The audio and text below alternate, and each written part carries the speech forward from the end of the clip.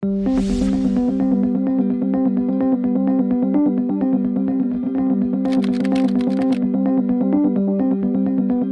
normal knee has a medial joint line that's a little bit lower than the lateral joint line. The Conformis takes that into account, and it makes that joint line what their pre-existing joint line was before the surgery. With an off-the-shelf implant, it's just a straight joint line across, and there's no way to vary that. The Conformis knee replacement actually builds the implant off the dimensions and the shape and the curvature of the patient's existing knee. It does the math for me and makes sure that my joint line is to the same slope as the pre-existing joint line was.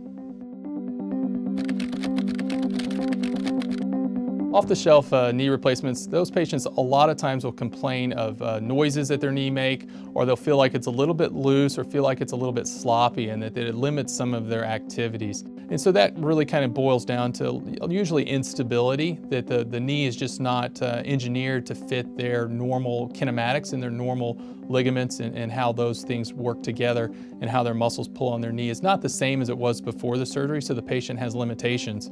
With the custom iTotal, those curvatures and those shapes are identical to what their knee was before their knee replacement, and so those ligaments and muscles should function better and more naturally.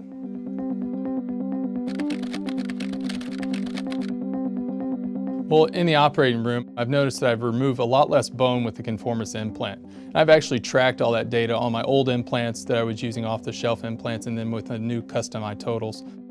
And that's in part because the implant is patient-specific, so it is tailor-made to the shape and size of their bone. So I'm not having to increase my bone resection just to get an implant in that I think would fit. The other thing I've found is that I don't have to put an IM rod up the femoral canal, and so there's less bleeding during the surgery and less bleeding after the surgery. In addition, without driving that rod up the femoral canal, I think that really helps in diminishing their pain and diminishing a lot of the swelling that is oftentimes associated with knee replacements. And therefore, I think the patients experience less swelling, they get their motion back faster, and they have less pain so they can get back to their activities a little faster.